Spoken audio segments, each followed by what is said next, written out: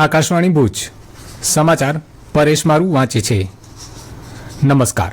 રાજ્યના મુખ્યમંત્રી ભૂપેન્દ્ર પટેલ વિવિધ કાર્યક્રમોમાં ઉપસ્થિત રહેવા આજે કચ્છની મુલાકાતે છે.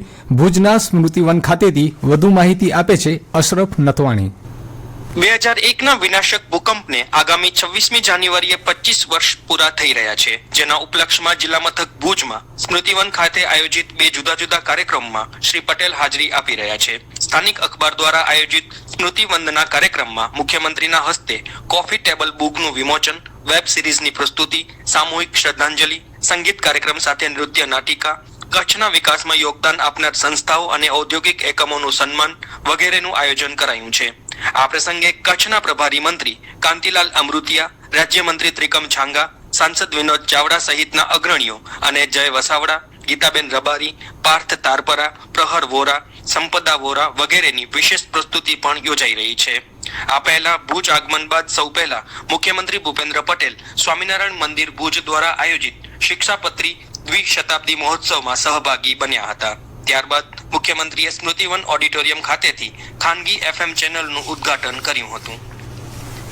દીકરીઓના વિકાસ અને સશક્તિકરણ માટે દર વર્ષે 24 જાન્યુઆરીએ ઉજવાતા રાષ્ટ્રીય બાલિકા દિવસ અંતર્ગત જિલ્લા કલેક્ટર આનંદ પટેલના અધ્યક્ષસ્થાને સન્માન સમારોહ યોજાયો હતો.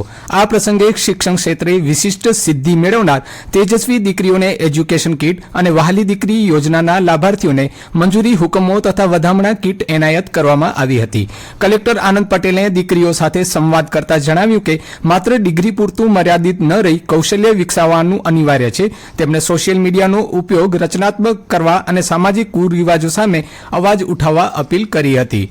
જિલ્લા મહિલા અને બાળ અધિકારી અવનીબેન રાવલના માર્ગદર્શન હેઠળ યોજાયેલા આ કાર્યક્રમમાં મોટી સંખ્યામાં દીકરીઓ અને વાલીઓ ઉપસ્થિત રહ્યા હતા. અદાણી ફાઉન્ડેશન દ્વારા માંડવી તાલુકામાં આવેલા નાની ખાખર ગામને સંપૂર્ણ સોલાર વિલેજ તરીકે વિકસાવવાના અભિયાનનું ખાતમુહૂર્ત કરાયું હતું. અદાણી ગ્રુપ દ્વારા અગાઉ ધ્રબ અને ભોપાવાંડ ગામોને સોલાર વિલેજ તરીકે વિકસાવવામાં આવ્યા છે. આ સફળતા બાદ નાની ખાખર આ શ્રેણીમાં ત્રીજું ગામ બની રહ્યું છે. આ પ્રોજેક્ટ અંતર્ગત ગામના તમામ ઘરોને અદ્યતન સોલાર ઉર્જા પ્રણાલીઓથી સજ્જ કરવામાં આવશે. આ કાર્યક્રમ PM સૂર્યઘર યોજના હેઠળ ગ્રામવાસીઓના સહયોગ અને સરકારી સમર્થનથી નાની ખાખરને મોડેલ વિલેજ તરીકે વિકસાવવાનું મહત્વપૂર્ણ પગલું છે.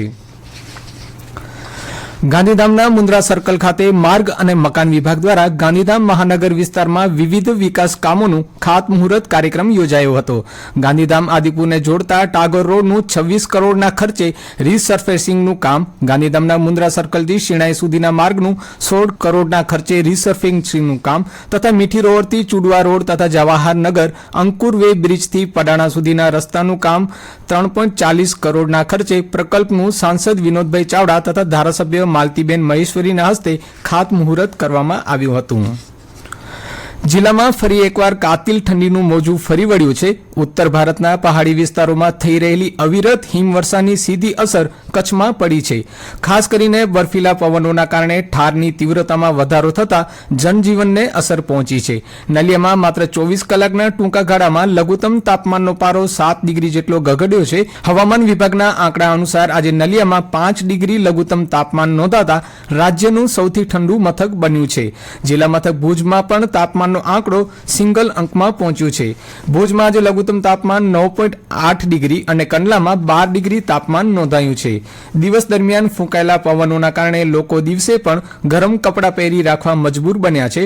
ઠંડીના કારણે મોડી સાંજથી રસ્તાઓ પર લોકોની અવરજવર ઘટી છે અને ઠંડીથી બચવા માટે લોકોએ બિનજરૂરી કારણોસર ઘરની બહાર નીકળવાનું ટાળ્યું હતું. આગામી દિવસોમાં પણ ઠંડીનું જોર હજુ યથાવત રહેવાની શક્યતા જણાઈ રહી છે. પ્રધાનમંત્રી નરેન્દ્ર મોદી આવતીકાલે સવારે 11 વાગે આકાશવાણી પરથી પ્રસારિત થનાર મન કી બાત કાર્યક્રમમાં વિવિધ વિષયો ઉપર પોતાના વિચારો રજૂ કરશે. માસિક રેડિયો કાર્યક્રમની આ 130મી કડી હશે.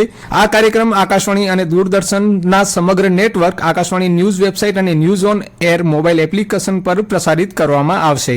આ ઉપરાંત આવતીકાલે રાત્રે 8 વાગે રાજ્યના તમામ આકાશવાણી કેન્દ્રો પરથી મન કી બાત કાર્યક્રમના ગુજરાતી ભાવાનુવાદ પ્રસારણ કરાશે. જ્યારે મન કી બાતને આવરી લેતું કચ્છી બુલેટિન સાંજે 5:12 આકાશવાણી ભુજ પરથી પ્રસારિત કરાશે. અને આ સાથે સમાચાર બુલેટિન પૂરું થયું. નમસ્કાર.